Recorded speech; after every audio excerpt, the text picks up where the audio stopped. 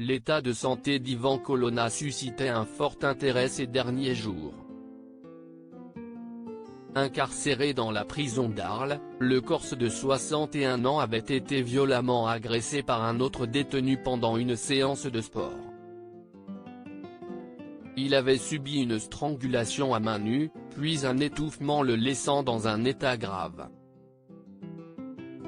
Transporté à l'hôpital en état d'urgence absolue, son pronostic vital était engagé.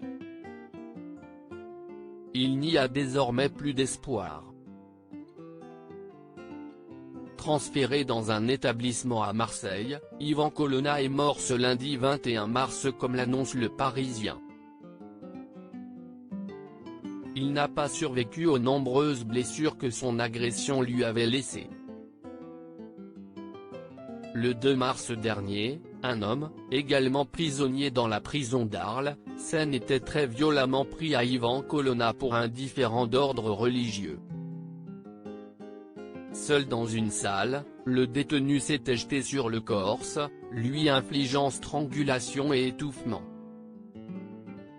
Plongé dans un coma post-anoxique, conséquence du manque d'oxygénation du cerveau pendant un certain temps, Ivan Colonna avait été transféré dans un hôpital à Marseille. Les soins prodigués n'auront malheureusement pas suffi à lui sauver la vie. Ivan Colonna était papa d'un petit garçon prénommé Joseph, né de sa relation avec Stéphanie.